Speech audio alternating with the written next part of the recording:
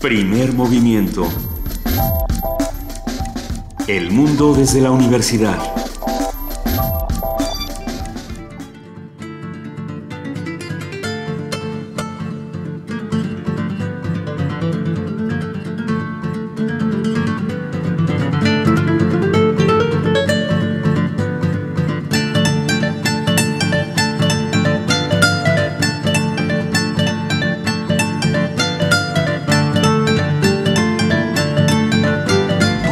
En redes sociales, en Facebook como Primer Movimiento UNAM y en Twitter como PMovimiento, o escríbenos un correo a primermovimientounam@gmail.com. Hagamos comunidad. Buenos días, son las 8:06 de la mañana y ya estamos en la cabina de Primer Movimiento. Buenos días, Deyanira, en este viernes 15 de junio. ¿Qué tal, Miguel Ángel Quemain? Muchísimas gracias.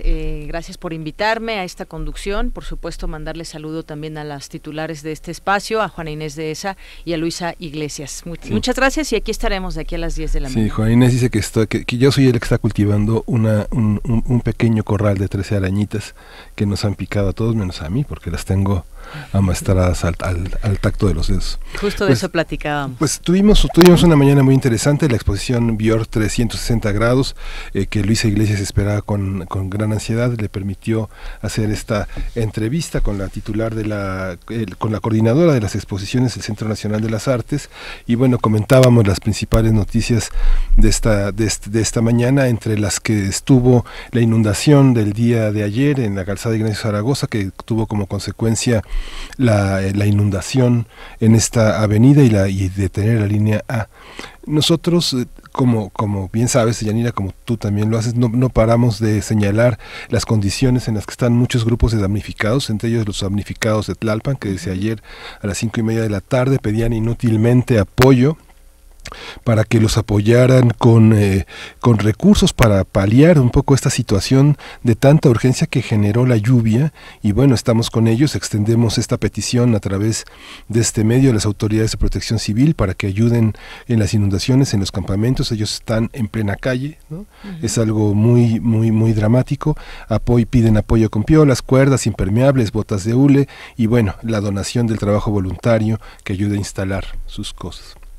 La información ya está en redes sociales y bueno, apoyemos a estos conciudadanos que están en esta situación de tanta desgracia. Claro, y además de que bueno, pues muchas personas todavía a raíz del sismo del 19 de septiembre pues siguen viviendo en la calle y los vecinos del multifamiliar de Tlalpan no son la excepción. También hubo por ahí una nota, Miguel Ángel Quemain, hemos estado hablando también en los distintos espacios informativos de Radio UNAM sobre lo que sucede en las campañas electorales en cuanto a la violencia, y desafortunadamente se suma otro candidato más asesinado.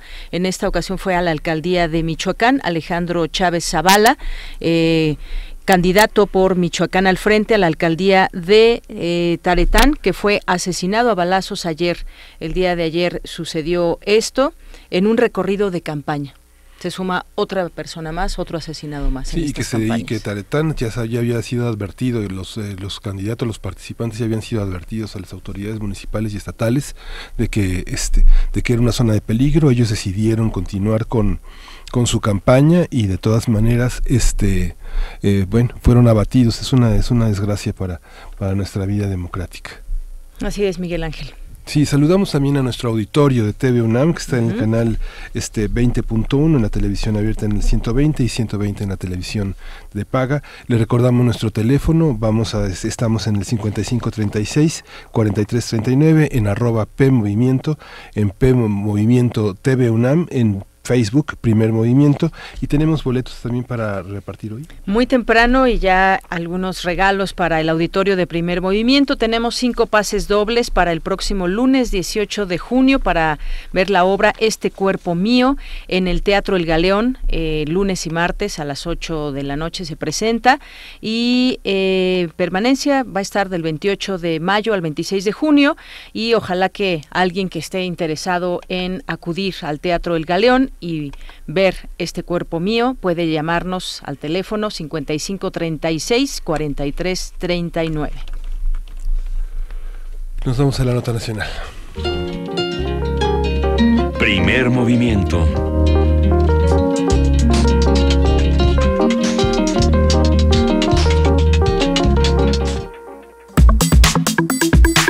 Nota Nacional. En un informe de 78 páginas, diferentes organizaciones civiles como la Federación Internacional de Derechos Humanos y la Comisión Mexicana de Defensa y Promoción de los Derechos Humanos denunciaron ante la Corte Penal Internacional que en el estado de Chihuahua, en México, el ejército mexicano cometió múltiples crímenes de lesa humanidad durante la primera fase del operativo conjunto Chihuahua entre el 2008 y el 2010.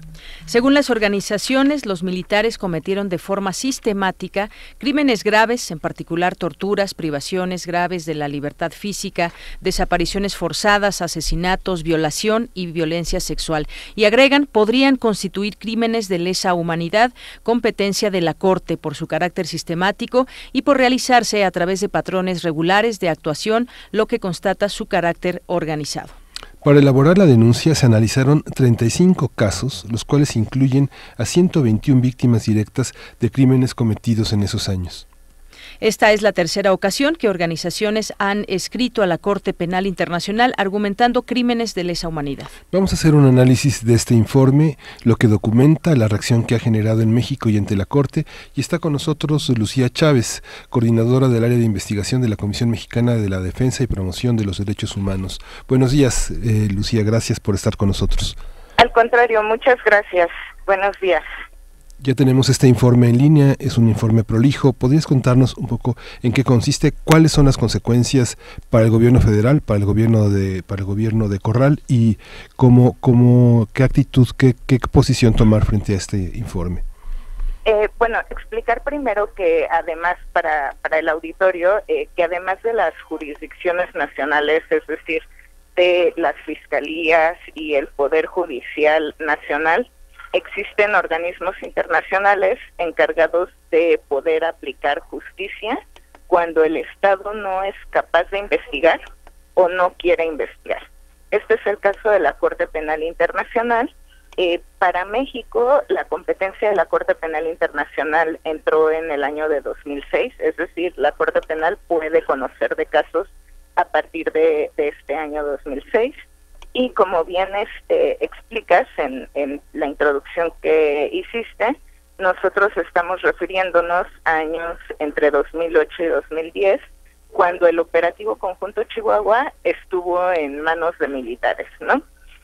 Lo que planteamos en la comunicación es que justo a partir del análisis de estos 35 casos, todos estos casos es importante decir que son aceptados por las propias autoridades, porque provienen en su mayoría, 33 de estos 35 casos, son de la Comisión Nacional de Derechos Humanos, son documentados por la Comisión Nacional, es decir, hay una prueba de que en realidad se cometieron estos hechos de violaciones graves a derechos humanos, que fueron torturas, desapariciones, ejecuciones arbitrarias, y la mayoría de estos casos, todos excepto uno, es de hecho aceptado por las propias autoridades militares. Es decir, estamos hablando de casos en donde no queda lugar a dudas de que se cometieron este tipo de abusos. Lo que estamos planteando nosotros, como bien dices, es que pudiera llegar a hablarse de una sistematicidad en la comisión de estos hechos. Y explico con un ejemplo, por poner algo más claro en la mente de quien nos escucha. Nosotros pudimos documentar que a partir de estos casos de la Comisión Nacional de Derechos Humanos hay una multiplicidad de víctimas, y a esta multiplicidad de víctimas se les, por ejemplo, hablando de la tortura, se les detiene muchas veces en su casa sin una orden de aprehensión, sin una orden de cateo. Los militares entraban por la noche a las casas de los civiles, los sacaban de sus casas y los trasladaban a instalaciones militares. Ya en las instalaciones militares los tenían privados de la libertad desde un promedio de 13 horas más o menos hasta días enteros. Y la tortura, bueno, consistía, por ejemplo, en choques eléctricos, en asfixia con bolsas de plástico, con agua, en propia tortura sexual, que, bueno, estos son casos muy graves. Pudimos documentar que más o menos el 33% de las víctimas que fueron detenidas por autoridades militares fueron sometidas a este tipo de tortura sexual, hombres y mujeres, que va desde la desnudez hasta la violación sexual por penetración de objetos o de violación sexual propiamente dicha, ¿no? Entonces, bueno, estamos ante un panorama realmente grave, porque aunque hay reconocimiento de estos hechos delictivos por parte de la CNDH y por parte de las propias autoridades militares, no han sido sancionados ni los que cometen estas violaciones a derechos humanos o estos crímenes, ni aquellos que dan las órdenes o que a lo mejor no dieron las órdenes, pero que debieron conocer que eso estaba sucediendo en las instalaciones militares. ¿Y por qué digo debieron conocer? Bueno, porque en este tipo de casos también hemos detectado que se usan instrumentos oficiales, digamos, autos, en ocasiones aeronaves o incluso helicópteros para cometer este tipo de detenciones, que evidentemente debe de haber un registro de esto, debe de haber un control por parte de los superiores jerárquicos. Y bueno, vale la pena mencionar que toda esta actuación de las autoridades militares tiene como base y también como base de supervisión una orden dictada por los más altos mandos militares, que es el secretario de la Defensa y el propio presidente de la República en ese momento. El mundo jerárquico del ejército permite pensar que la línea de mando tiene una alta responsabilidad, pero ¿qué quieres decir, Lucía, cuando dices que los militares, que la Secretaría de la Defensa acepta la responsabilidad de esos hechos? ¿Qué implica aceptar la responsabilidad? ¿Significa decir somos culpables, nos tenemos que enfrentar a un tribunal civil o enfrentar la justicia militar? En ese caso, digamos, ellos señalan que actuaron en comisión de su deber, pero lo que documentan ustedes, lo que se ha documentado en este estudio tan doloroso y tan explícito es muy evidente que pues no forma parte de las estrategias del mando militar. Pero ¿quiénes deben ser castigados? ¿Cómo deben de ser reparados? ¿Cuáles son las consecuencias de esta visión? Bueno, aquí nos enfrentamos básicamente ante dos problemas iniciales. El primero es que al emitir una recomendación la Comisión Nacional de los Derechos Humanos, cuando la autoridad militar la acepta, aunque se acepte esta recomendación, no es vinculante. Esto obedece, a la propia naturaleza de una Comisión de Derechos Humanos, que las recomendaciones de ninguna forma podrían ser vinculantes, porque si no se convertiría en una especie de poder judicial supletorio, ¿no? Entonces, no son vinculantes, entonces no hay ningún incentivo en realidad para que la Sedena, aunque acepte la recomendación, cumpla con esta, ¿no? Por cumpla con esta me refiero reparar a las víctimas de manera integral, no solo económicamente. Una reparación tiene que ver con el daño psicológico, con garantías de no repetición de los hechos y con sanción a los responsables de cometer estos hechos. Entonces, al no ser vinculantes, no hay un incentivo para la Sedena para cumplir con estas recomendaciones, ¿no? Por un lado. Y por otro lado, también lo que encontramos dentro de estas recomendaciones es que muchas veces, al hacer el análisis de los hechos, la CNDH minimiza, los comportamientos criminales de las autoridades. Te pongo un ejemplo. Hay una detención de una persona, la persona es trasladada a cuarteles militares. Cuando la familia de esta persona, que vio que la detuvieron militares, va a preguntar por ella al cuartel militar, los militares niegan la detención. Es decir, allí podemos estar hablando de una desaparición forzada. Después de 3 días, la persona aparece en PGR acusada de narcotráfico o tráfico de armas, ¿no? Y aparece con signos de tortura. La Comisión de Derechos Humanos lo que hace es decir, en este caso hubo tortura, pero omite todos los pasos anteriores de la detención arbitraria, de la privación ilegal de la libertad por un tiempo de 3 días, por ejemplo, y de la desaparición forzada de personas. Lo que hicimos nosotros en nuestro análisis es además de alguna forma revalorar o recalificar los hechos que se desprenden de las recomendaciones y que fueron acreditados por la CNDH, pero que la CNDH no dijo con todas sus letras: hay desaparición forzada y hay tortura. Entonces, además de demostrar estos patrones sistemáticos de actuación, lo que hace este informe es, reconsiderar los hechos que la Comisión Nacional omitió en su investigación. Lucía Chávez te saluda, de Yanira Morán.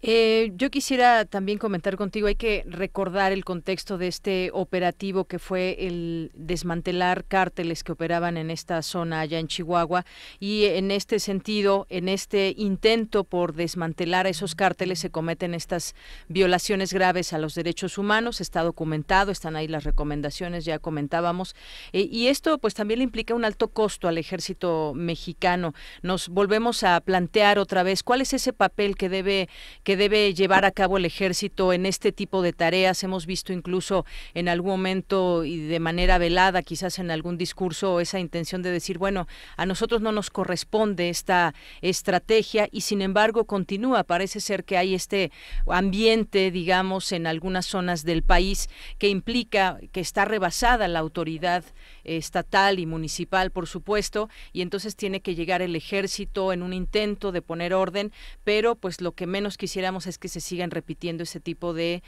situaciones. Nos interesa mucho saber pues la respuesta del ejército, la propia Corte, hasta donde llega ya este informe, lo que revela, y tratar de pues finalmente de recomponer el tejido social, Lucía. Sí, bueno, en realidad no ha habido una respuesta por parte del gobierno mexicano, ni del ejército, ni tampoco de la Corte. Ahorita el paso que sigue con la Corte Penal Internacional es que la Corte analice la comunicación que nosotros le enviamos, el informe, y a partir de ello pueda decidir si a su juicio estos hechos, en conjunción con los que ya denunciamos en veces anteriores sobre el estado de Coahuila, sobre el estado de Baja California, pudieran constituir crímenes de tal gravedad, crímenes atroces, como para que la Corte pudiera iniciar una investigación en México. Ahorita estamos en una etapa, digamos que ni siquiera estamos en una etapa que todavía ni existe ante la Corte. No existe el análisis todavía. No existe el análisis todavía. La etapa que sigue se le llama análisis preliminar, y es a partir de la información que se le envía a la Corte que la Corte decide si va a entrar a esta etapa de análisis preliminar o no. Nosotros pensamos que puede ser cuestión de tiempo. Estamos convencidos que los crímenes que se cometen en México son de tal magnitud que no puede quedar invisibles a los ojos de la Corte. Y además de que se están cometiendo estos crímenes en México, la impunidad es sorprendente, ¿no? Porque estos crímenes no se investigan y no se sancionan, y esto a su vez hace que se siga cometiendo, que se sigan repitiendo estos crímenes, porque los criminales saben que no se les va a investigar ni sancionar. Lo que mencionabas respecto al papel del ejército, bueno, yo creo que aquí los grandes quienes se están perdiendo son las policías. Desde que empezó la estrategia de seguridad militarizada, se prometió que se iban a fortalecer las policías, que el papel del ejército era simplemente temporal, y bueno, estamos a más de 10 años de que inició esta estrategia, y las policías continúan con una deuda impresionante, no solo las policías para con la sociedad, sino el propio gobierno para con las policías, para con su fortalecimiento real. ¿Qué hacer? ¿Qué paso sigue? Digamos, es una situación que está en el corazón mismo del gobierno de Calderón. La emisión fue el 1 de marzo del 2008 en la voz del secretario de Gobernación. Está totalmente avalado. Muchos de los gobernadores pedían encarecidamente que les llegaran las fuerzas militares para ayudarlos, porque no podían. A otros les pidieron que se voltearan a la pared. Este es el caso tal vez de Chihuahua, muchos estados que los operativos contra las personas fueron realizados a la espalda que le dieron a la sociedad las propias autoridades locales y municipales, ¿no? ¿Qué sigue, Lucía? ¿Qué hay que hacer? Bueno, primero yo llamaría como a la ciudadanía a denunciar, o sea, creo que la primera parte de esto es que se conozcan los abusos, que la ciudadanía pueda hacer como llevar la palabra de estos abusos. Y pues bueno, la exigencia al gobierno mexicano de que tenemos derecho a un país con seguridad, y que esta seguridad no está peleada con el respeto a los derechos humanos.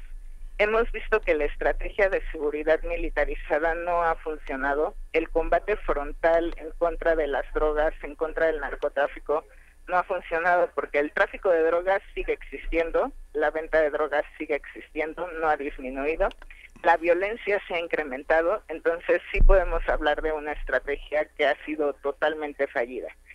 Si vemos las gráficas, por ejemplo, de la violencia, no solo en México en general como país, sino en el estado de Chihuahua, vemos que la violencia se va a la alza cuando empieza el operativo conjunto con los militares, luego se queda a manos de la Policía Federal, la violencia se mantiene a la alza, y cuando se va la Policía Federal también, la violencia no cesa. Entonces, digamos, hay un destape de la violencia al inicio de la estrategia de seguridad, que si bien cuando disminuyen los enfrentamientos y los operativos militares baja esta violencia, no ha descendido al nivel que estaba antes del 2006. Esto nos habla de que la estrategia de seguridad, de que cuando entran los militares a un estado en particular, en realidad no acaban con la violencia, sino que la aumentan, ¿no?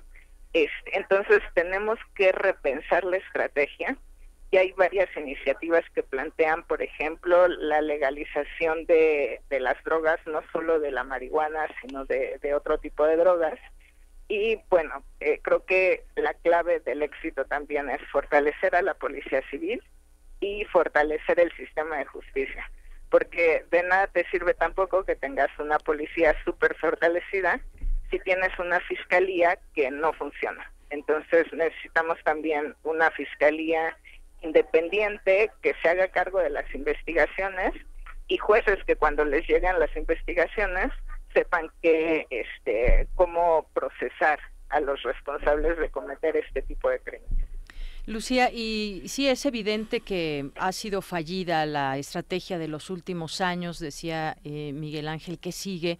Habremos de repensar una estrategia nueva. Yo recuerdo casi en todas las conferencias nacionales de los gobernadores de la CONAGO, pues hacen pronunciamientos desde el Ejecutivo, en su momento el secretario de Gobernación, en el sentido de, pues los estados tienen mucho que hacer, es decir, los gobernadores, sus autoridades, y se pasan en este discurso, pero no pasan a las acciones, es decir, no toman en sus manos la seriedad y el papel que debe jugar una policía estatal o una policía municipal. Hemos visto que muchas veces son cooptados por el narcotráfico, por el crimen organizado, y sí, yo creo que estamos tal vez en un buen momento de replantear una estrategia, porque al haber un próximo cambio de gobierno, pues puede ser que veamos algún otro tipo de estrategia. Hemos visto algunas propuestas, no sabemos exactamente cómo le entrará el próximo presidente de México, pero hay una responsabilidad también muy clara de parte de las autoridades de cada uno de los estados, Lucía. Exactamente, de cada uno de los estados, de cada uno de los municipios, pero también a nivel federal. No olvidemos que, bueno, a nivel federal, por ejemplo, en materia de tortura, contamos alrededor de 7,000 investigaciones y solo unas cuantas 15 sentencias condenatorias. Entonces, no solo a nivel estatal y municipal, sino a nivel federal, nuestro sistema de justicia también está colapsado. Y las violaciones a derechos humanos, lo que hemos podido notar de los análisis que hacemos, de los casos que hemos documentado y de los casos que la Comisión acompaña, es que tanto las autoridades municipales como las estatales, como las federales, como el crimen organizado, comete crímenes graves, que al final del día no son investigados y pues tampoco son sancionados. Pues vamos a dejar hasta aquí esta conversación. Lucía, algo que quieras agregar. Hay 33 diputados que en este momento están contendiendo, hay cerca de, si no me equivoco, 67 alcaldías que están en disputa. ¿Ha habido alguna sensibilidad de las personas en campaña en Chihuahua? Porque ha ocurrido en Chihuahua, todo lo que ha pasado, pues Ciudad Juárez es un centro, la gente que vive en esta zona sabemos, hemos estado allí, son muy valientes, pero ¿hay una sensibilidad de parte de ellos?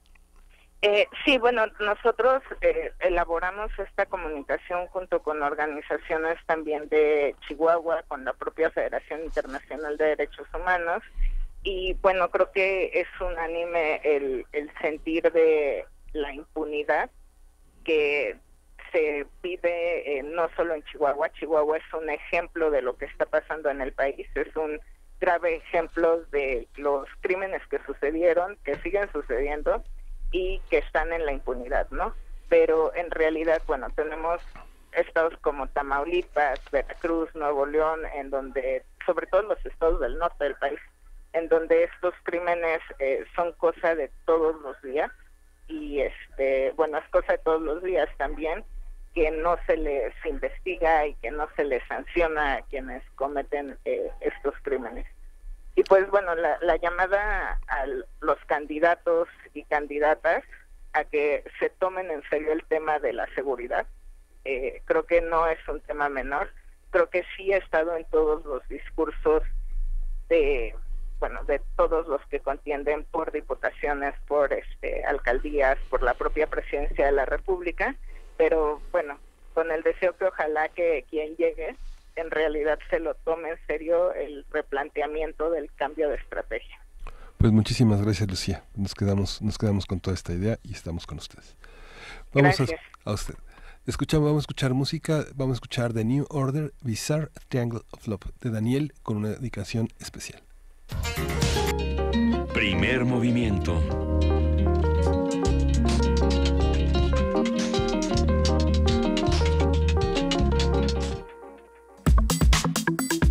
Nota internacional. Estados Unidos, México y Canadá organizarán la Copa del Mundo 2026. La propuesta tripartita logró 134 votos contra 65 a favor de Marruecos durante el Congreso de la FIFA realizado en Moscú. El fútbol es el único vencedor. Todos estamos unidos en el fútbol, declaró Carlos Cordeiro, presidente de la Federación Estadounidense. Algunos analistas consideran que el Mundial de 2026 será el más lucrativo de la historia, ya que podría generar 14,000 millones de dólares en ganancias y un beneficio para la FIFA por 11,000 millones. La Copa del Mundo 2026 también aumentará de 32 a 48 equipos, con 80 partidos. Estados Unidos celebrará 60 de ellos, mientras que Canadá y México realizarán 10 partidos cada uno. En nuestro país, las sedes serán la Ciudad de México, Guadalajara y Monterrey. Conversaremos sobre las implicaciones de compartir sede del Mundial en Norteamérica, qué se puede prever, cómo se acomodan las fuerzas y quién va a vigilar gastos y procesos. Nos acompaña Hugo Sánchez Gudiño, él es profesor investigador de la UNAM, de la FES Aragón y de la Facultad de Ciencias Políticas y Sociales de la UNAM. Bienvenido, Hugo Sánchez, buenos días. Muy buenos días. Bueno, pues este tema del fútbol pues mueve mucho por todo lo que implica, es un negocio, es también un tema, si lo podemos ver desde otra óptica de geopolítica, profesor, pues ¿qué implica la sede mundialista, sobre todo pues para México?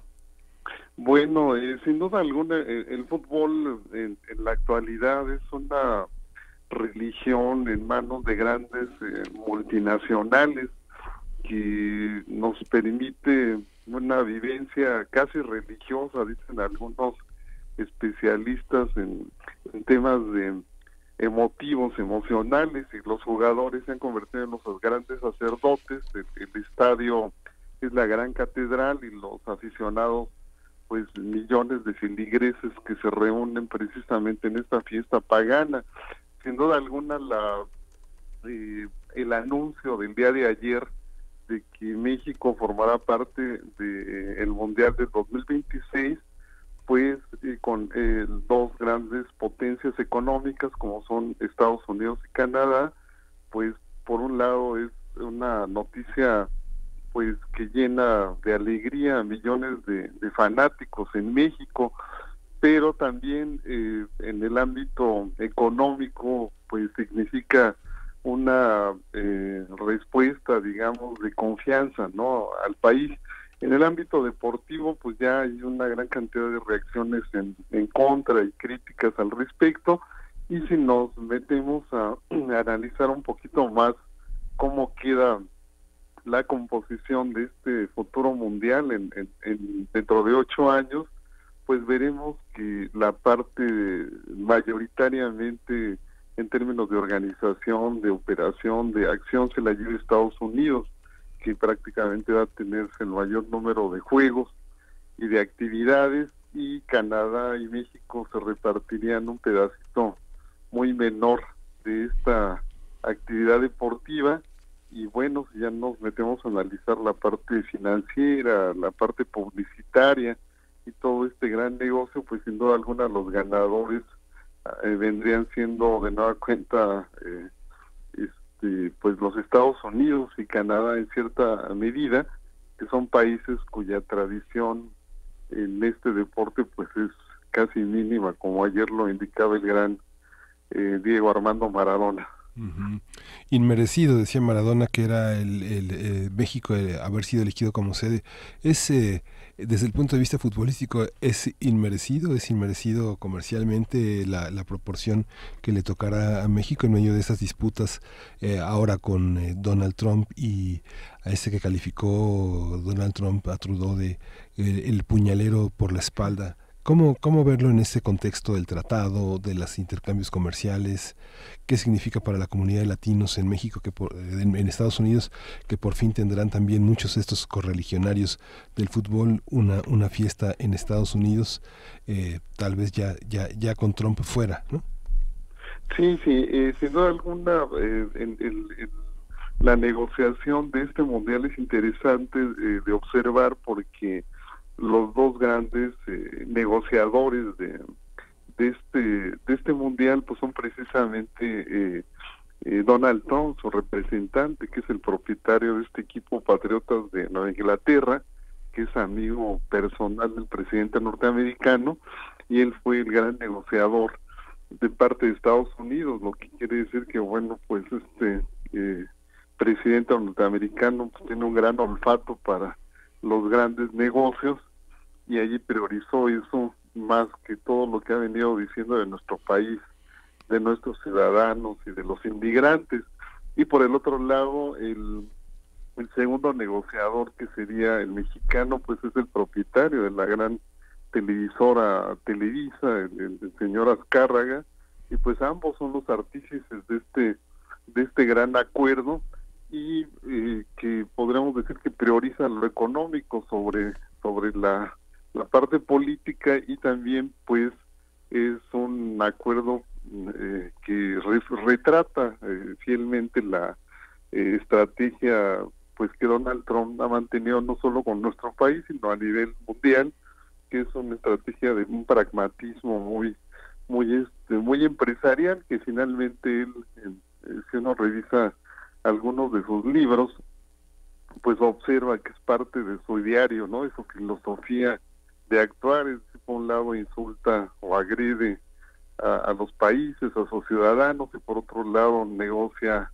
cuestiones comerciales que lo benefician a él, a su país, etcétera. Me parece que este es un buen ejemplo de ello. Uh-huh.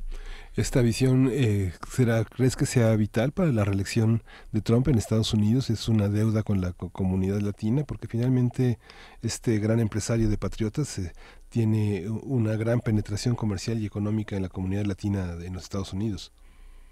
Sí, revisando la estrategia de marketing de este presidente norteamericano, de su equipo, no dudemos que sea válido, y si consideramos que parte de su discurso, de su actuar político, pues tiene una dosis a veces muy maquiavélica, pues no dudaría yo mucho que también haya priorizado, ya vislumbrado esa posibilidad de en el futuro, pese a haber, digamos, logrado la popularidad con un sector mayoritariamente blanco y racista en Estados Unidos, que también al pensar en el futuro también piense en esa comunidad latina que tanto ha marginado y que tanto ha insultado, pero bueno, ya vemos que en la política todo es válido, y en estos procesos de tipo electoral también todo es válido. Lo vemos también aquí en México, muy fresco, muy nítido todos los días. Y profesor Hugo Sánchez Gudiño, ¿a qué se comprometen los países? Porque también hay un compromiso económico, un compromiso de seguridad. La organización tiene que ser casi perfecta en estos eventos de talla internacional. Son 3 ciudades, ya decíamos, las de México, las que van a ser sedes, que son la Ciudad de México, Guadalajara y Monterrey, que son las 3 grandes ciudades de nuestro país. Y bueno, van a ser los estadios los que den paso a estos Juegos, el Estadio Azteca, capacidad de 87.523 personas, el Estadio Akron con 48.071 y el Estadio BBVA Bancomer con 53.440 personas que pueden caber ahí. ¿A qué se comprometen? Y ya quizás un poco engarzar este tema con la geopolítica. También, por supuesto, es un tema donde las autoridades mismas de cada lugar, bueno, el presidente que esté en ese entonces en nuestro país, pues también tienen una labor especial. ¿A qué se comprometen como países las sedes?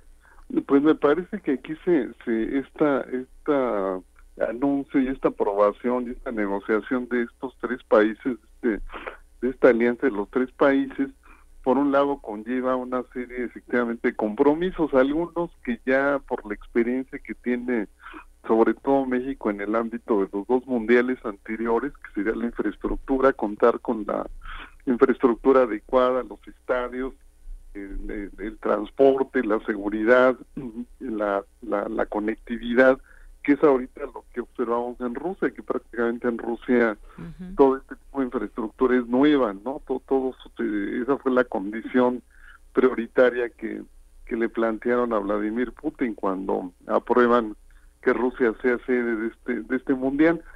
Parte de ese compromiso infraestructural ya lo tiene el país. La segunda, en el caso de Estados Unidos, también lo tiene porque, bueno, allá es el fútbol americano, el béisbol, y no olvidemos que una parte de los partidos de preparación de la selección mexicana se han llevado a cabo allá en estadios que son bastante seguros, que están muy bien diseñados, muy bien planificados.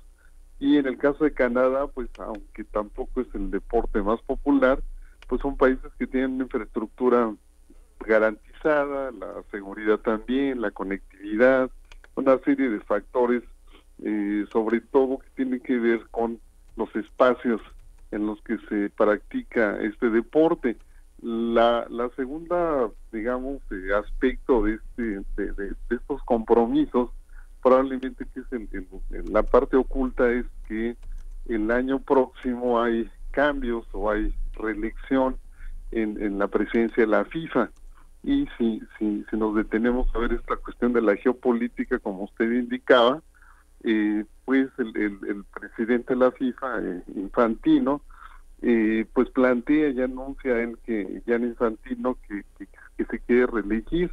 ¿Esto qué significa? Bueno, pues estos 3 países, México, Canadá, Estados Unidos, cada uno cabildeó una serie de votos para lograr esta sede del Mundial. Pues esos votos también pueden ser determinantes políticamente para que Infantino se reelige el año próximo. Entonces podemos decir que son 2 compromisos: la parte de la infraestructura y de la organización que cada uno de los 3 países tiene, y por otro lado un compromiso quizá de apoyo a su reelección, a su próxima reelección el año próximo. No podemos dejar de ver desde nuestra jefatura de información, Juan Inés de Esa planteaba ayer ver el fútbol desde otra manera, y justamente la geopolítica y el desprestigio en términos de corrupción, de intervencionismos, de humillación que representa la FIFA en todos los niveles, en toda la escala planetaria, esta evidencia de 80 partidos, de 48 países participando, pone en juego a una serie de selecciones que ni siquiera pintan, ¿no? Que pareciera como si tuvieran un público cautivo capaz de tragarse todo lo que les ponen en la boca, ¿no? Sí, es el gran negocio, es un gran modelo de negocio, lo hemos venido comentando. La FIFA, pues ayer el gran maestro Juan Villoro lo decía, es la gran mafia del poder mundial, y en cierta medida tiene razón en esa metáfora, porque precisamente en el 2015 se da este famoso FIFA Gate, en el cual y justamente se da en 2010 se anuncia que Rusia y Qatar van a ser las próximas sedes del Mundial, y 5 años después estalla este escándalo de corrupción que finalmente termina por la salida de Joseph Blatter, de Michel Platini, y en ese escándalo pues salen a colación los ríos de dinero que circulan por esta institución pues global, mundial, y evidentemente la planificación y la prospectiva de los siguientes mundiales que incluyan a más países,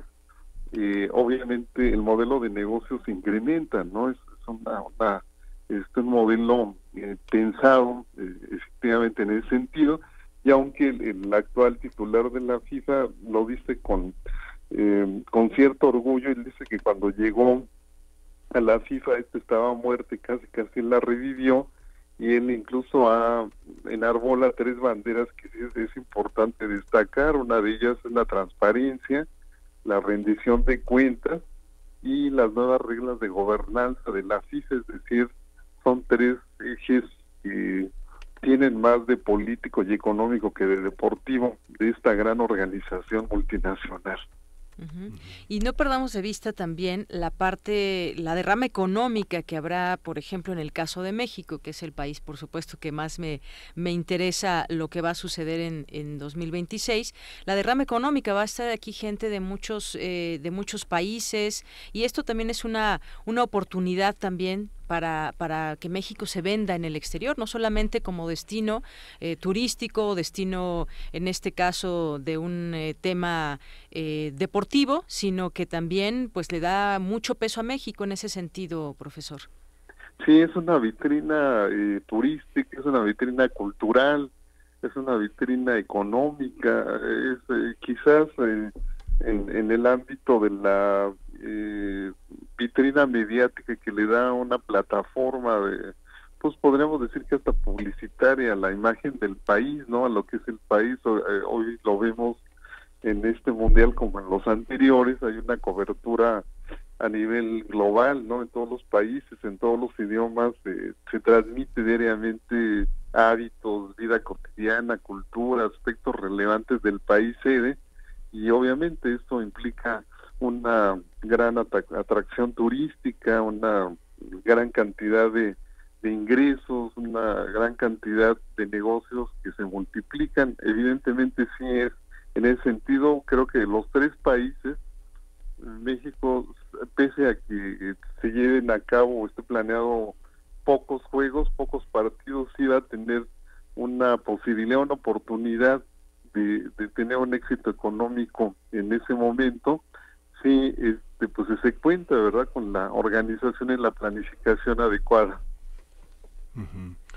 Pues cerramos esta conversación, querido Hugo, te agradecemos mucho, seguimos tus textos con aprecio y bueno, nos quedaremos analizando las consecuencias de esta cobertura que, como bien señalabas, brasileños y playa, para enfatizar los mitos de toda esta cultura patriarcal, machista, discriminatoria, mitómana de los países que consideran de una manera en el orbe global. Ahora veremos esta Rusia mitificada en muchos sentidos.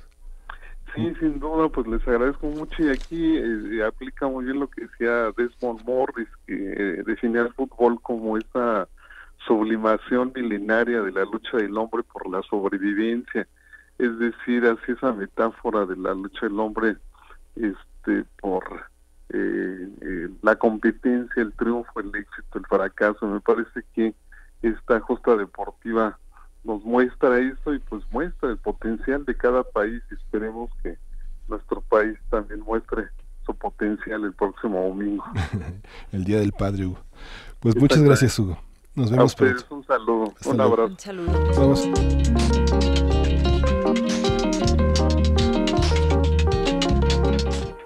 Son las 8:56 de la mañana de este viernes 15 de junio y seguimos aquí de Yanira. Claro, es viernes de complacencias y a todo el equipo de Primer Movimiento le da mucho gusto que la gente llame y pida alguna canción, pero también pueden pedirlas en español, ¿por qué no? No solamente en inglés, hay mucha música que quizás podamos aquí pasar, nada más díganos cuáles les gustan, aquí las pasamos y a quién se la dedican. Sí, hay quienes las piden en inglés. Y bueno, pasan y cuando la escuchan, a los que no les gusta, se enojan, pero no piden la música que les gustaría escuchar en español, pídanla. Lo que quieran, una buena oportunidad. Bueno, no sé si lo que quieran, pero hay un gran espectro de dónde elegir. Vania, entra. Hola, Aquí Vania. hay más. Oye, ya hace rato que hablábamos del fútbol, hoy se juega el partido de España-Portugal, no me acuerdo a qué hora se juega, a la 1 de la tarde, seguramente mucha gente va a estar también pendiente y ahí en Prisma RU les daremos el marcador ahí en el momento que podamos. Sí, tenemos 2 libros del Popol Vuh, una edición y presentación de Laura Sotelo y Michela Craveri, es la traducción de Michela Craveri y nada menos que esta aventura de traducir esta obra tan importante publicada por la UNAM. La vamos a dar por Twitter con el nombre de la persona más el hashtag Popol Vuh. Bu con B chica, U y H. Y bueno, continuamos aquí. En la siguiente hora vamos a tener la presencia de la maestra Lorena Maza, vamos a tener la presencia de Martina Costa. Está la UNAM produciendo esta obra de Ángeles en América, una obra paradigmática de los años 90 en los Estados Unidos, de un gran dramaturgo, Tony Kushner, de origen judío, de unos padres así como jazzistas, clarinetistas, trompetistas, bajistas, y que ha dado origen a una serie de producciones de uno de los grandes dramaturgos. Tony Kushner desgraciadamente no circula mucho entre nosotros en español, pero es guionista de muchas series, de muchas películas. Una de las más célebres es Múnich, que dirigió Oliver Stone. Es un guionista de primera línea, un hombre que ha contribuido a que el mundo gay, esta fantasía gay que se llamó esta obra de Los Ángeles en América, contribuyera a repensar el tema del SIDA, el tema de la discriminación, el tema de los homosexuales en los Estados Unidos, de Yanira. Así es, vamos a tener la oportunidad de platicar con ellos y por supuesto también de todas de la propuesta que tiene en sí Teatro UNAM, que es una propuesta bastante sólida y que pues tiene ahí varios espacios muy interesantes donde podemos acudir y disfrutar una obra de teatro. Pues nos vamos a una pausa y regresamos a la tercera hora de Primer Movimiento. Primer Movimiento. Hacemos comunidad.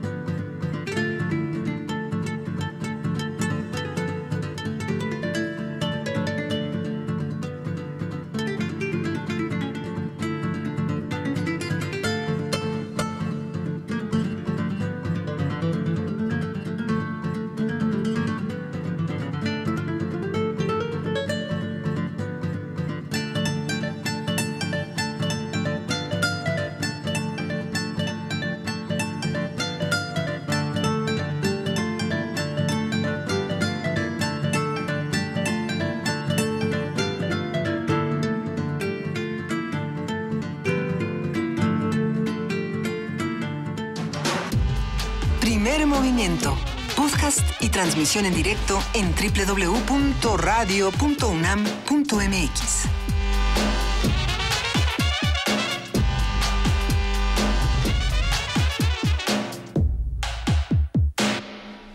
Regresamos, son las 9:05 de la mañana de este viernes 15 de junio. Estamos ya en la tercera hora de Primer Movimiento. Tuvimos una segunda hora muy interesante, Yanira.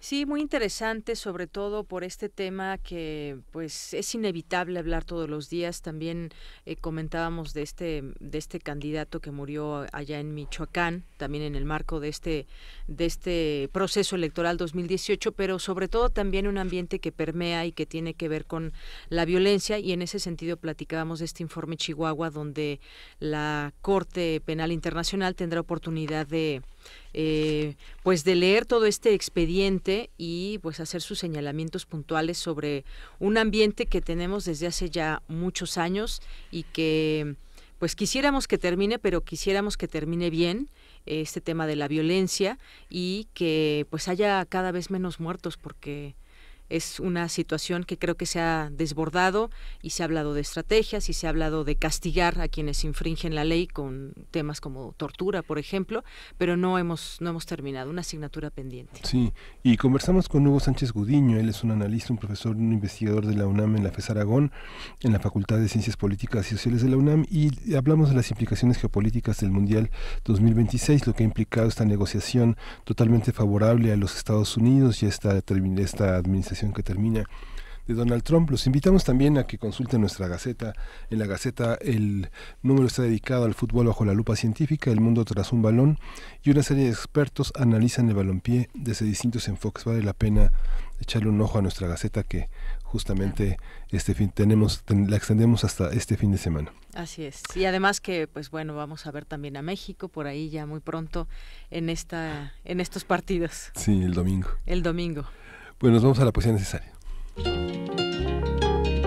Primer movimiento.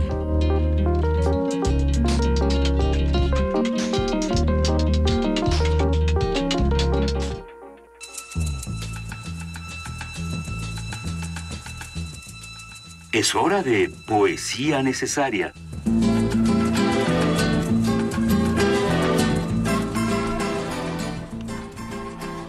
Vamos a leer poesía de Margarito Cuéllar. Margarito Cuéllar nació en San Luis Potosí, pero desde 1973 ya es un avecindado norteño en Nuevo León. Él se formó en la Universidad Autónoma de Nuevo León, a la que le ha dado muchos frutos como periodista, como profesor, como poeta, como conferencista.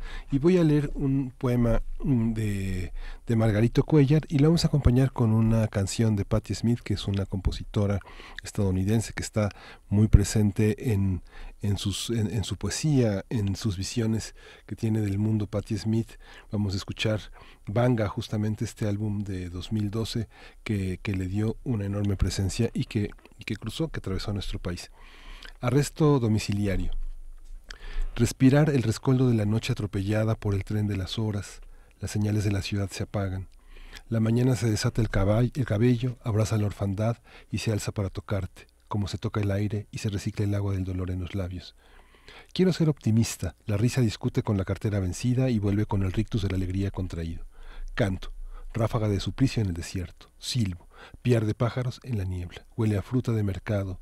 Sangre animal, gotera de farmacia y grifo en rebeldía. Grabo tu nombre en el agua, el grafito se desvanece y te marchas con la ira del sol. Imposible evitar una burbuja. Las cosas vuelven a su estado agónico y abren los minutos de inútiles respuestas. Temporada de mariachis y huracanes. Los músicos preguntan por ti. Les digo, todo bien, confecciono un par de alas para cuando ella no esté. Cuídense de la lluvia. La luna, tras la cortina de la patria, nos refleja condenados a vida. Las nubes suben toboganes, instruyen a la tripulación y se disponen a zarpar. No quiero saber de ambulancias. Uno de los heridos mal pudiera ser yo. El fuego rompe cercos. Los guardias abren la reja antes que el fuego arrase también con los fantasmas. Las calles llenas de afiches. No hay lugar para fotos o que la turba del destino vote por ti. Las promesas ondean, el aire enfebrecido del domingo, en ninguna apareces. Hay en la piel indicios de claridad salina, sabor a jineteras y chulos. Tomo las llaves de la ciudad. Te escucho y los objetos se iluminan. Los diarios de mañana anuncian la caída de la bolsa y tu inminente regreso. Margarito Cuéllar. Primer movimiento.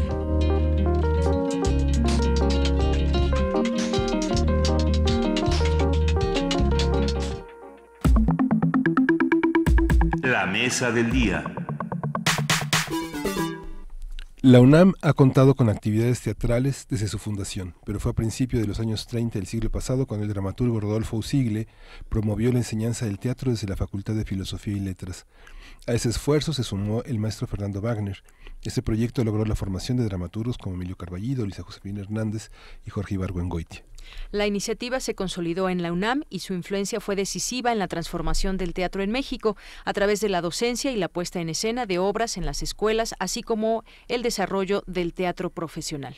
Actualmente la Dirección de Teatro de la UNAM tiene la misión de apoyar, promover y difundir el arte dramático nacional dentro y fuera del país, contribuyendo a la formación integral de los universitarios. Una de las puestas en escena que forma parte de la oferta de teatro de la UNAM es Ángeles en América, primera parte, El milenio se aproxima, del escritor Tony Kushner, que trata sobre el síndrome de inmunodeficiencia adquirida, el SIDA. La dirección es de Martín Acosta y tendrá temporada hasta el 30 de junio en el Teatro Juan Ruiz de Alarcón. Vamos a conversar sobre los nuevos proyectos de teatro en la UNAM, qué proponen, cómo reflejan las inquietudes de la universidad, cómo dialogan con la propuesta teatral del resto del país.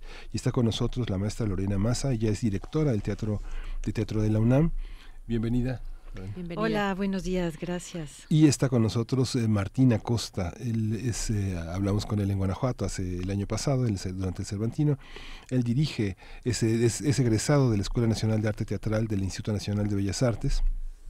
Ha realizado 69 montajes profesionales como director escénico y también se desempeña como escenógrafo, dramaturgo y docente. Es miembro del Sistema Nacional de Creadores del FONCA y es uno de los directores teatrales mexicanos más importantes de los últimos años. Martín, bienvenido. Hola, buenos días. Bienvenido.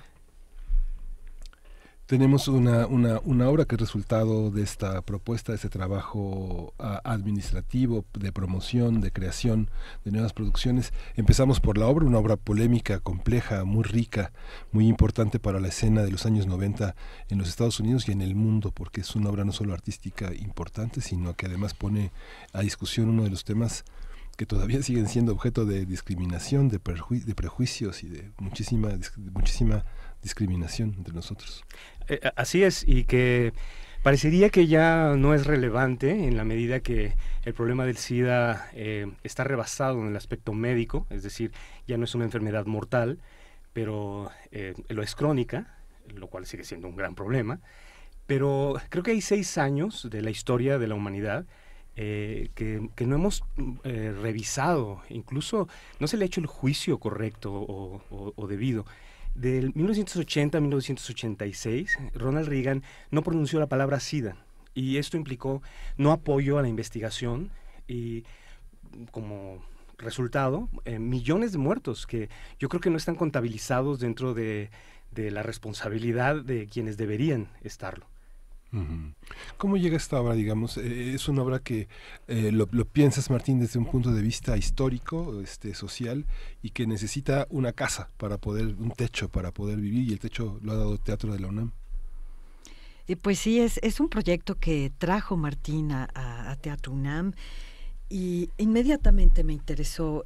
Por un lado, una de las líneas principales de Teatro UNAM han sido los clásicos, revisitados, revisados, hecho por jóvenes, para jóvenes. Y es un clásico contemporáneo, es una épica de la segunda mitad del siglo XX, sumamente importante, y me interesó por todos estos motivos, ¿no? No solamente es un clásico del realismo norteamericano de esta segunda mitad del siglo, sino el tema, que efectivamente sigue siendo un tema sensible, importante, relevante, que además cruza el tema del SIDA con la política, con la moral, claro, en esta época de Reagan, que resulta pues muy pertinente. Hay una coincidencia con toda la política de Donald Trump hoy en día, y de hecho ahí las tramas de toda esta historia se mezclan incluso con Donald Trump, el abogado que se retrata en la obra, era amigo personal de Donald Trump. En fin, hay una serie de coincidencias y una pertinencia absoluta de este texto, y bueno, fue seleccionado para ser producido en la UNAM como una de nuestras obras principales en el Juan Ruiz de Alarcón. Es una obra difícil de montar fuera de las instituciones, porque sí es de una envergadura importante, requería una producción importante y nos interesó muchísimo. Además son 2 obras, es una secuencia y por supuesto nos interesa mucho poder llevar a cabo la segunda parte, que se llama Perestroika, también en la UNAM el año que entra. Sí, van a montar las dos. ¿Cómo se articula esta apuesta con el proyecto de la UNAM? Digamos que todas las obras dejan algo. Cuando revisamos las grandes obras que se han montado en la universidad, el ajuste de cuentas con el pasado, siempre uno reconoce que se debió montar, ¿no? Vimos a Shepard cuando no estaba en español, ahora vemos a Tony Kushner, que es un autor difícil de conseguir en español, no sé si me equivoco, pero no está. Bueno, en realidad estaba publicado por El Milagro. Claro. En una traducción que David Holguín revisó originalmente, porque era una traducción de unos argentinos, que no era muy apegada al espíritu del texto. Entonces, David nos prestó la versión que él hizo para cotejar la de los argentinos, y a partir de ella fue que trabajamos. ¿Cómo se articula, Lorena, con las producciones de la universidad? ¿Por qué es importante discutir esto hoy desde el punto de vista de encabezar un proyecto como este? Claro, pues mira, por un lado esta intención de traer a los clásicos, ¿no? Recientemente tuvimos algo en Fuente Ovejuna, que era una adaptación que hizo Fernando Bonilla, muy afortunada, muy buena obra, hacia la historia de los autodefensas en México, de las autodefensas en México. Era un clásico traído a la actualidad. A mí me interesa y nos interesa en la UNAM generar justamente este diálogo, este pensamiento, este cruce, esta tensión entre lo contemporáneo y lo clásico, el que los jóvenes puedan decir, esta obra me habla, me significa, habla de mi presente, la entiendo y la disfruto. Eso mismo pretendemos, por ejemplo, nuestro siguiente texto, producciones El Edipo de David Gaitán. Una vez más es este clásico griego, esta tragedia retoma una serie de temas actuales. Entonces, por un lado, Ángeles en América está en esta línea, aunque es un clásico contemporáneo, y 2, justamente la temática que nos vuelve a abrir junto con lo que pasa con Fuente Ovejuna, a una realidad que está ahí presente y que muchas veces no podemos ver directamente, y que es a través de la metáfora teatral, la poética teatral, que nos permite alejarla un poco y volverla a ver, y sobre todo volver a afectarnos por estas tramas, ¿no? Próximamente tendremos, por ejemplo, en esta misma línea, 2 textos que comisionamos para el festejo del Memorial de 68. Uno es La deuda de la izquierda con las mujeres, que va a llevar a cabo Las Reinas Chulas, ¿no? Y otra es un texto de Juan Tobar, Hecatombe, que también reflexionará acerca del movimiento del 68. Es decir, que hay una línea también de teatro documental, de teatro político, por decirlo de esta manera. No nos referimos al teatro político, que quizá tenía otra forma, otro formato hace unos años, sino que ahora se está revisando a partir justamente de las nuevas dramaturgias.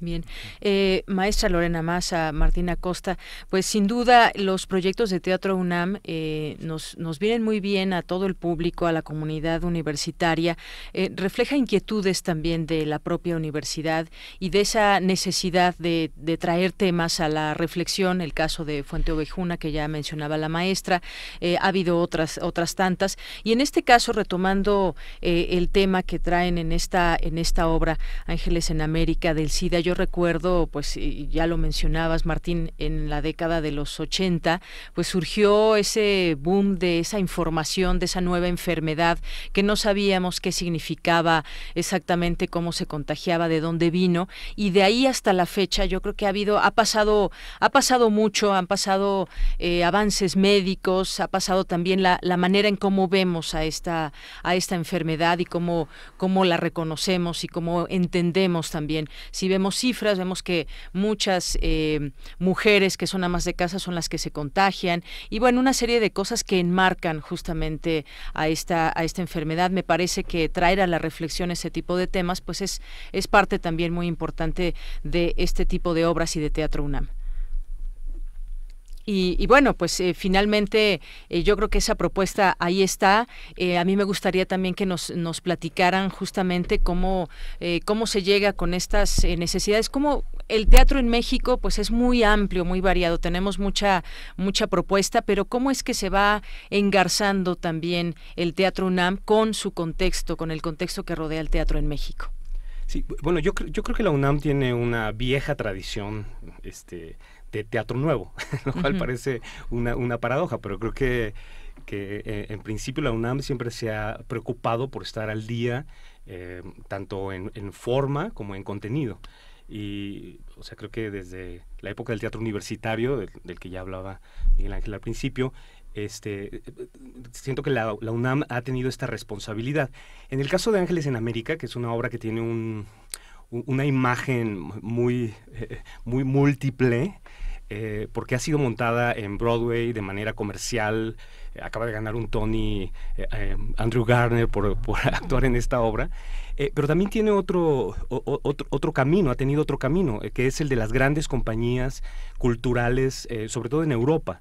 Es decir, esta obra la ha montado Tonel Group con Ivo Van Hove, que es uno de los, por lo menos es uno de mis directores favoritos contemporáneos, Simon Stone en Viena. Entonces, creo que es una obra que ha abarcado un amplio rango de espectadores, de gustos, de intenciones, en todos, claro, pues planteando rigurosamente la temática. La ventaja que tenemos nosotros en la UNAM es que yo sabía que la obra iba a ser como tenía que ser, es decir, si estuviéramos en otro contexto probablemente...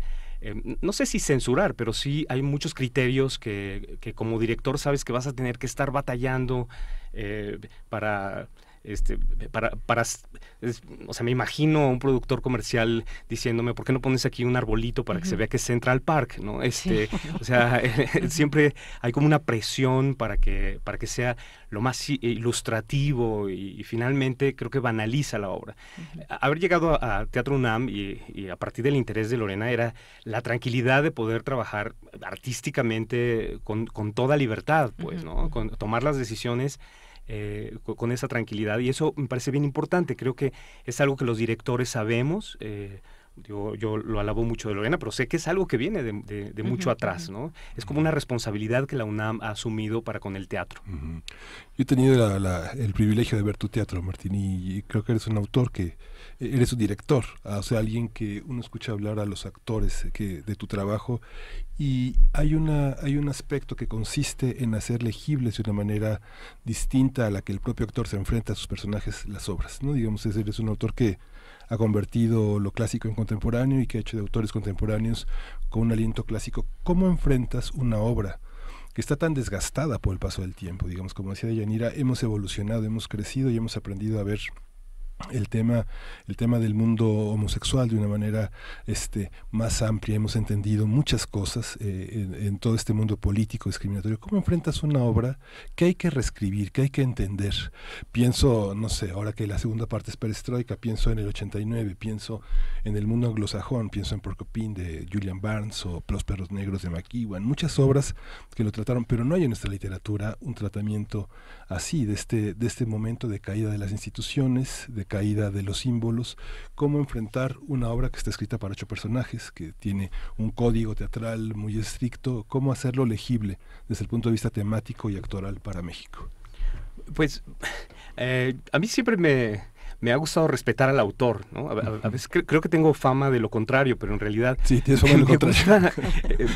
Me gusta mantener las estructuras que tienen.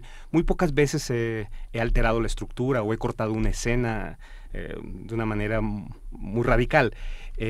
A mí lo que me importa, o sea, a mí me gusta la historicidad en el teatro. Yo quería que se viera que esto es de los años 80, que esto es algo que está atrás. Yo creo que en ese sentido soy un poco brechtiano, ¿no? En la idea de que hay que separar las cosas para poder mirarlas con objetividad. Es decir, cuando un evento, un fenómeno está muy encima, es excesivamente reconocible, es difícil tomar la distancia para entender el fenómeno. Y yo creo que Ángeles en América nos permite esta distancia. Personalmente, por ejemplo, Fabián Corres, que fue en realidad el que empezó esta flamita, compró los derechos hace 3 años de la obra, lo cual pues es un poco una locura, ¿no? Él me llamó por teléfono y yo dije, ¿y ahora qué vamos a hacer? Si no hubiéramos tenido este camino hacia la UNAM, pues a lo mejor estaríamos ahí parados con los derechos en la mano. Pero él me lo había propuesto en el 2000, cuando estábamos haciendo otra obra, él como actor y yo como director. Y yo le dije, no, esta obra nadie la va a entender, el tema de arriba no le interesa ya a nadie, o sea, sentía que ya era muy lejano. Pero en realidad creo que veníamos de los 90s, yo perdí muchos amigos en esos años y creo que no tenía ganas o sea, justo no estaba esa distancia. Había una visión muy subjetiva de mi parte. Entonces, 18 años después, creo que tengo el privilegio de mirar hacia allá. Yo creo que igual hay un dolor y hay la sensación de esa pérdida, de esos años, actores, compañeros maravillosos, amigos, no necesariamente de teatro, y poder verlo con más frialdad y decir, bueno, lo que se tiene que entender no solamente eso, sino todo un contexto, una serie de relaciones humanas. Hay una mujer que es agorafóbica, el caso de Harper, por ejemplo. Martín, te voy a interrumpir un segundo, porque hacemos un corte justamente en este momento con nuestros radioescuchas del 860 de AM, los dejamos con su programación habitual y nosotros continuamos en AM en el 96.1.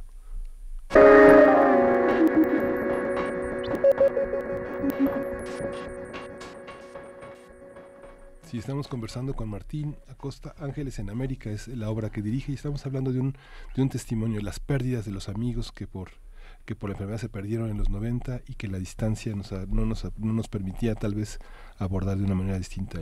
Sí, pienso por ejemplo en el 68, ahora que lo menciona Lorena, y yo creo que por ejemplo esa es una herida que no se ha curado en el teatro. Bueno, no se tendría por qué curar, pero que no se ha reflejado de una manera contundente, con una voz que nos diga algo nuevo, más allá, o sea, como de contemplar la tragedia, ¿no? Entonces, yo creo que hay eventos, ¿no? El temblor del 85, que son catástrofes de la sociedad, a las que a veces hay que darle un poco de distancia para poder volver hacia ellas. A mí me parece que este año, el 68, tiene que ser el tema, tenemos que reflexionar nuevamente, tenemos que ponerlo en tela de juicio y entenderlo con la reflexión que estos años nos pueda permitir, ¿no? Y que es a través de los personajes, ¿no? Que justamente nos hacen entender o nos llevan a la reflexión sobre los temas. Los personajes son esos testimonios de ese paso del tiempo, de esa historia,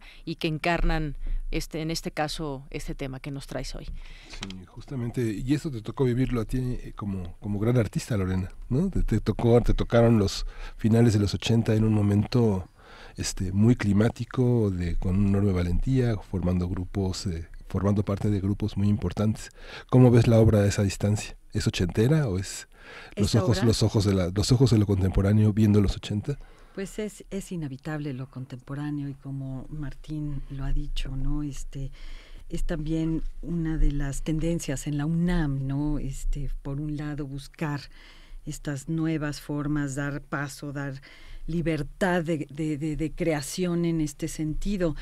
Pero claro, es una obra que hay que ubicar plenamente en su época, justamente finales de los 80 de los que hablaba Martín, lo vivimos en carne propia. También yo recuerdo en esa época empezar a perder amigos queridos, no saber qué está pasando, y finalmente ya la aceptación de este problema, esta pandemia.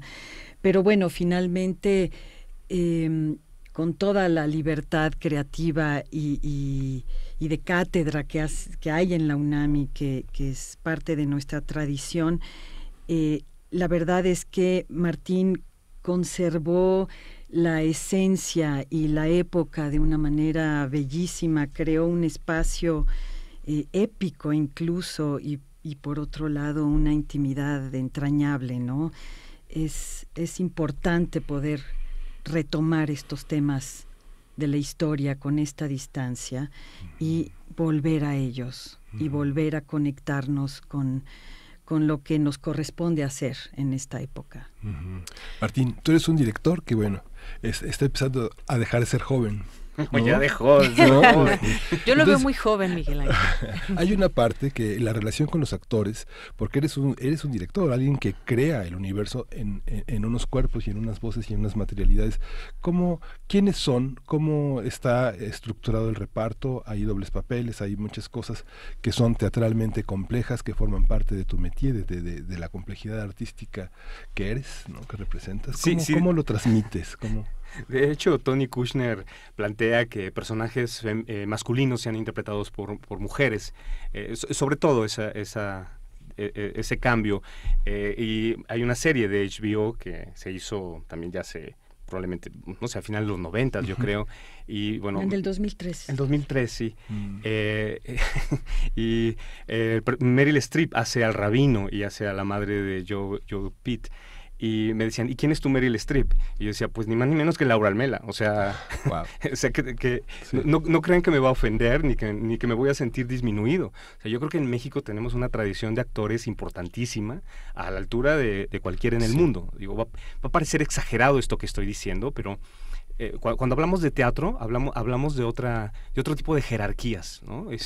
Digo, yo he visto actores importantes como Ian McKellen o como Judi Dench, o sea, estos actores ingleses que son como monstruos, y yo veo sobre todo a las actrices mexicanas, debo decir, espero que no se ofendan los actores, pero yo veo a Julieta Gurrola y yo siento que no tenemos nada que pedir. Sí, el mismo caso, yo debo decir que, o sea, el nivel de una actriz como Laura Almela o como Diego Jauregui, que son, digamos, las cabezas de este proyecto, pues es un privilegio, es muy fácil trabajar con ellos, la verdad.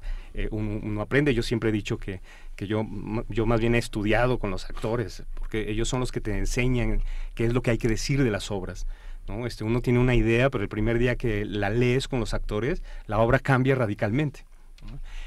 Pero bueno, tengo también un equipo de gente joven ya consolidada, como Diana Sedano, Fernando Álvarez Rebeil, Fabián Corres, Mario Eduardo de León, Nacho Taján y Tania Gómez Andrade. Así que pues, entre ellos 8 hacen tienen que hacer malabares porque algunos pasan en segundos literalmente a cambiarse y a entrar en los huesos de otro personaje. Y aparte de que pues sí es una obra épica en duración también. O sea, necesita una gran resistencia para aguantar. 3 horas con 20 minutos. Sí, está un poquito largo. Y bueno, en casi todo el mundo se pone Perestroika también junto con Ángeles en América. Y puedes ver las dos en continuidad por lo menos un día a la semana.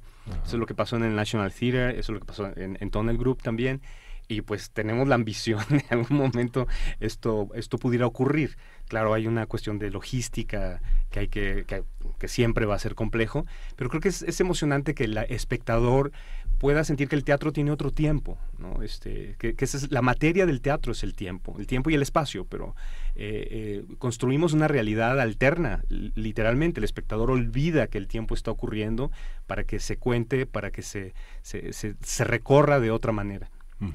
Y no queremos que se asuste el público con esta longitud, al contrario, realmente no lo sientes, tiene 2 intermedios, se disfruta muchísimo, y esto de poder sentarte en el teatro y contar una historia de largo aliento, hay muy pocas oportunidades ya para hacerlo, y creo que es en la UNAM, tenemos esta oportunidad. Precisamente por ello la obra empieza un poco más temprano, a las 6 de la tarde, para no salir tan tarde, la gente que vive lejos de la UNAM. En fin, se disfruta mucho este tiempo, ¿no? Y justamente tenemos 5 cortesías dobles para que el auditorio de Primer Movimiento pueda disfrutar esta obra Ángeles en América, que dirige Martín Acosta, para la función del próximo domingo 17 de junio a las 18 horas. Los vamos a regalar por teléfono al 5536-4339. Los ganadores tienen que estar 40 minutos antes y recoger los pases en la mesa de prensa que estará a la entrada del Teatro Juan Ruiz de Alarcón. Y bueno, pues esta obra es la que invitamos invitamos a ver al auditorio y hemos hablado de ella a lo largo de este espacio. También el tema de, pues yo recuerdo, regresando también a este tema de los proyectos que hay de Teatro UNAM, yo recientemente, bueno, hace unos meses, La huida de Quetzalcóatl, por ejemplo, que me pareció una obra extraordinaria, desde el vestuario, el maquillaje, fue una obra extraordinaria, como todo lo que se presenta en la UNAM. Destacar también este tema de la adaptación. Muchas veces no es fácil adaptar una obra o adaptar, por ejemplo, en el caso de La huida de Quetzalcóatl, me gustaría ahí que nos platique la maestra Lorena Maza, ese tipo también de dificultad al que a veces se enfrenta, porque además un equipo enorme el que estuvo, por ejemplo, detrás de toda esta obra de teatro.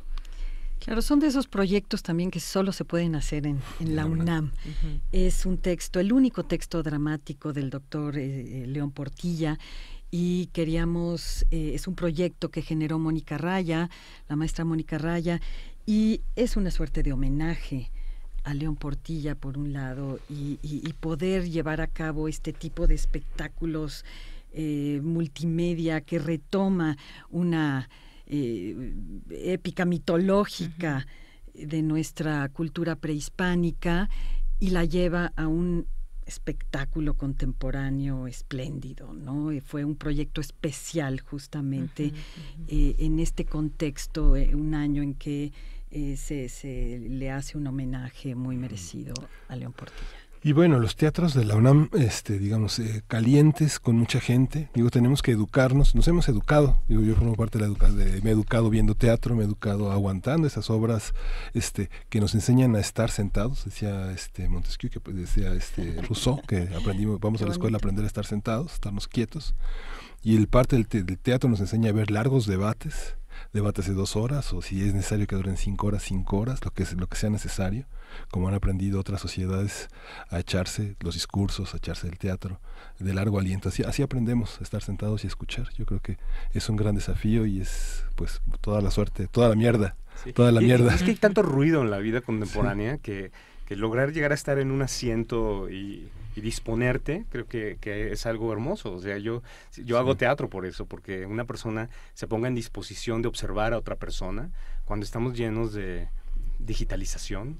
Creo que el teatro cumple una labor que es importante. Si apague su celular, primera llamada. De entrada, yo a veces cuando estoy en un teatro chiquito y a mí me toca dar las llamadas, digo, vivamos una experiencia nueva y apaguemos el celular todos, a ver cómo nos sentimos, solo por saber cómo nos sentimos. 3:20.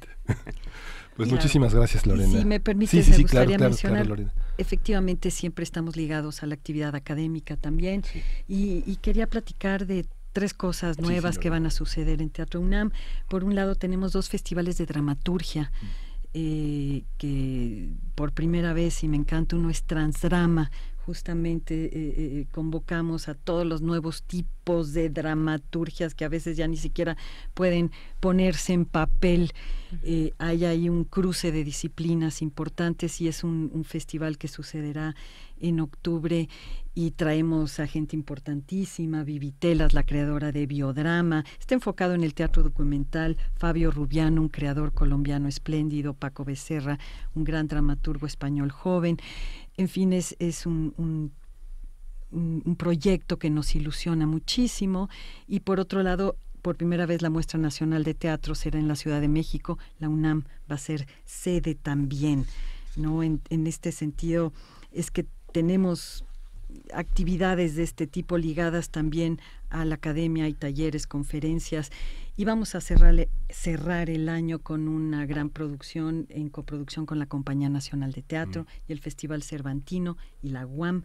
Se llama La Gran Familia. Es un musical a la Brecht, dirigida por Alberto Lomnitz, que habla de la historia de Mamá Rosa y la gran familia. Ese será nuestro último proyecto, seguido del Edipo Rey de David Gaitán. Así que bueno, vengan al teatro a sentarse a disfrutar en este tiempo suspendido Claro, además sí hay descuentos para estudiantes, para académicos, trabajadores de la UNAM. Los precios, la verdad es que son bastante accesibles.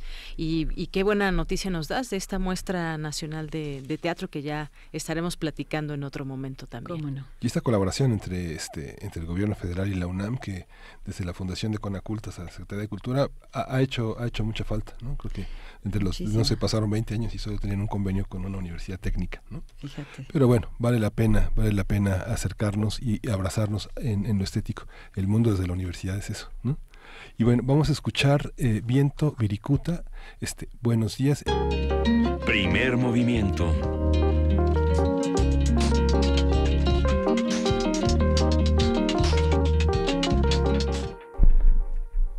9:45, seguimos aquí ya en la última carrera de Primer Movimiento. Vamos a entrevistar, vamos a conversar con Luza Alvarado. Ella es escritora, traductora y viajera, y ella ha escrito un trabajo que se llama La Realidad, que nos va a decir todo lo que hay que saber acerca de este libro. Ella se define como una antena y transmisora de mensajes poéticos. ¿Cómo estás, Luza? Hola, bien, gracias. Buenos días. Buenos días. Cuéntanos sobre este libro. Es un trabajo que de alguna manera prologa, tiene una nota muy interesante, Angelina Muñiz Huberman, que es una de nuestras más grandes escritoras mexicanas y que entiende como un hambre de dimensiones en vida y muerte al extremo, erotismo fragmentado, todo ello en desesperada búsqueda de un lenguaje dispuesto a borrar lucidez y equilibrio. Cuéntanos cómo concebiste este libro, cuáles son sus antecedentes y qué vamos a ver en el futuro de esta producción. Pues mira, primero que nada la nota de Angelina Muñiz Huberman fue para mí muy valiosa, porque justo yo estaba en el proceso de edición del libro con Textofilia, cuando encontré un libro de ella que sentí que estaba un poco en la misma línea que yo. Digamos, era como que había estos vasos comunicantes. Entonces, pues me acerqué a ella. Yo ya la conocía como poeta, después la conocí como narradora, y me acerqué a ella, fue súper generosa conmigo y me sentí, también me sentí como muy acompañada en este primer lanzamiento, ¿no? Este libro es fruto de muchísimos años de trabajo y pensamientos, y también muchísimos años de vivir, como yo le llamo, como en mi closet personal, de poético, ¿no? Porque yo, pues como editora o como escritora colaboradora en revistas o en agencias, siempre había estado como con de este lado de la razón o del argumento, digamos, haciendo contenidos más o menos serios, pero nunca me había dado el permiso de compartir este lado poético. Entonces, bueno, pues yo escribo desde hace mucho tiempo, pero nunca me había atrevido a compartirlo, y entonces, bueno, la selección ahí fue mucho con ayuda de mi editor, se llama Ricardo Sánchez, y bueno, Ricardo me fue orientando para hacer esta selección. La primera parte es Variaciones sobre el cuerpo de Jesús, que es un poemario que obtuvo un premio en Chile. La segunda parte es Los sin dientes, que también es un poemario que habla sobre el amor no posesivo. El primero, Variaciones sobre el cuerpo de Jesús, habla sobre el amor, pero más un poco como del lado del erotismo místico, digamos, el cuerpo pasional como lugar de las revelaciones. Los sin dientes es más una metáfora de la soledad o también un intento de hablar del amor no posesivo. Y el tercer poema de este libro, se llama La Suria, es una épica personal, una épica íntima que ocurre al interior del cuerpo de una mujer que está habitada por una especie de parásito, que es como una mantis o un pequeño monstruo furioso. Y entonces yo creo que es una mujer que contacta por primera vez con esta furia congénita y tiene que negociar con ella, ¿no? Entonces, bueno, estos son los 3 espacios poéticos que componen este libro y que además, bueno, están conectados de cierta forma, porque hay pasadizos que llevan de un poema a otro y de un personaje a otro. Hay situaciones, hay colores, hay todo, digamos, esto es lo que en teoría literaria se llama, hay una especie de universo poético, un universo estético en el que yo ensayo emociones. Digamos, para mí la poesía es una forma de pensar. Entonces, de eso va la realidad. Sí. Luz Alvarado. Sí, y Miguel Ángel. No, Luis Alvarado, a mí me atrajo mucho cuando decías que pues es parte de tu closet personal quizás este libro, y nos platicas las temáticas que hay en estos poemas que contienen y esta forma de pensar tuya, como nos dices que describes así a la poesía, creo que nos comparte ese interior con el cual quizás nos podríamos identificar. Decías esta épica personal del interior del cuerpo. Creo que pues muchos tenemos quizás ese monstruo, pues no sé cómo describirlo. Tú decías como de esta tipo amantis, no sé, que hay dentro de nosotros, pero que no siempre la podemos expresar, y creo que pues será, o ya por lo menos nos ha sembrado esa curiosidad de ver cómo es que describes justamente esa épica personal al interior del cuerpo. ¿Qué nos quieres mostrar en esta poesía en particular, en este poema? Pues acá en la Asturias lo que ocurre es un proceso corporal. Esto nace a partir de una enfermedad, pues sí, es una enfermedad que detona en mí la posibilidad de contactar con un espacio de ira y de furia real con el que yo nunca había podido contactar, porque por la educación recibida desde la cultura, desde la religión, desde la casa, la escuela, que una mujer no es deseable que una mujer esté enojada o furiosa, ¿no? No es una virtud que una mujer de la cual pueda ofanarse. Entonces, contactar con este lugar a mí me dio la posibilidad primero de identificar muchísimas heridas culturales, que sí es un espacio obviamente personal, pero también creo que compartimos muchas mujeres estos enojos milenarios, y más que las mujeres, creo que los sujetos femeninos en general, hablando de todos aquellos que no han estado en sitios de privilegio, tenemos estas furias personales en las que no se nos permite ser quienes somos realmente, o no se nos permite justamente utilizar el poder de la furia para abrirnos paso en la vida, para, no sé, la furia o la ira está satanizada, está desterrada. Sin embargo, viví ahí adentro, y poder contactarla para mí fue muy, muy terapéutico. Uh-huh. y también fue ponerme en sintonía con este otro lado de mí que de pronto no había explorado y no había aceptado. Más bien, uno de pronto se ve a sí mismo curioso, pero no sabe cómo llegó a ese lugar. Claro, como ver hacia adentro de nosotros mismos y después poderlo platicar a través de la poesía. Pues sí, un ejercicio muy interesante, Luza. Sí, sí. Hoy te vamos a escuchar, tienes la presentación de tu libro a las 19:30 horas en la librería Gandhi del Valle, que está en Avenida Universidad 767, y lo presentan Mats Amaranto y Paola Galo. Sí, ahí los esperamos, ojalá que puedan ir, y si no, pues ojalá que puedan acercarse también al libro, porque creo que es digamos, los primeros comentarios que he recibido de colegas, hablan como que un poco en tono de chiste también, como tú hiciste lo que se te dio la gana.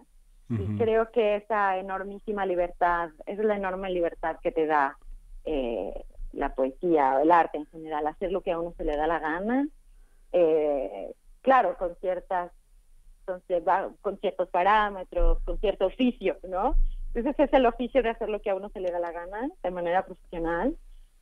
Ojalá puedan ir para poder compartirlo, porque de verdad es una experiencia que nos conecta. Muy bien. ¿A qué hora es? A las 19:30.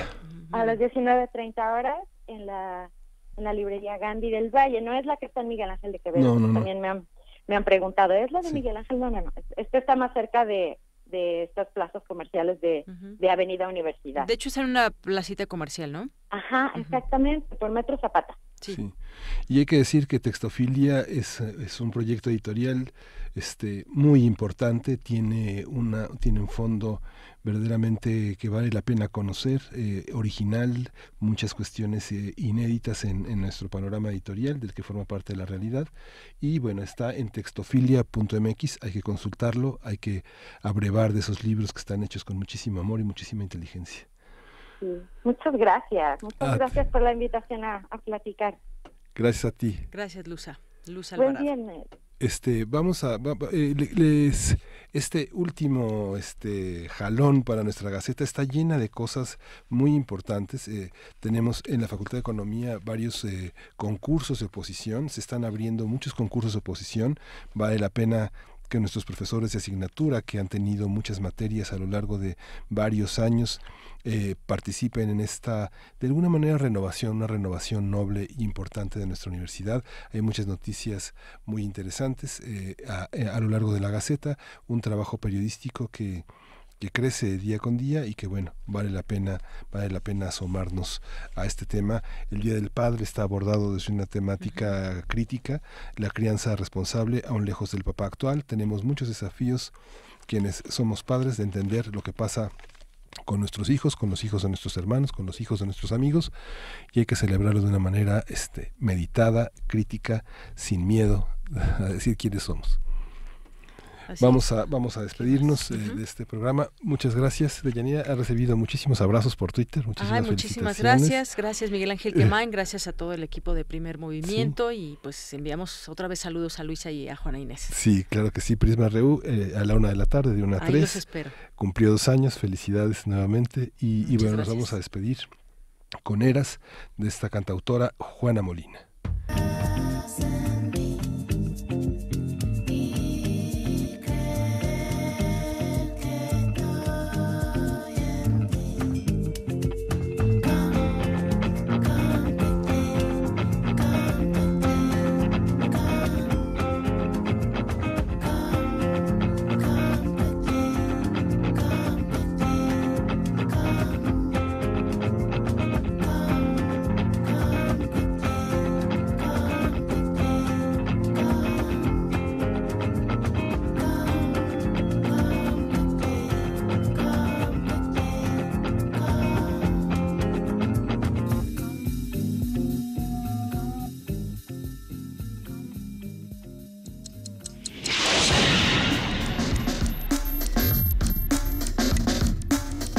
Radio UNAM presentó Primer Movimiento. El mundo desde la universidad.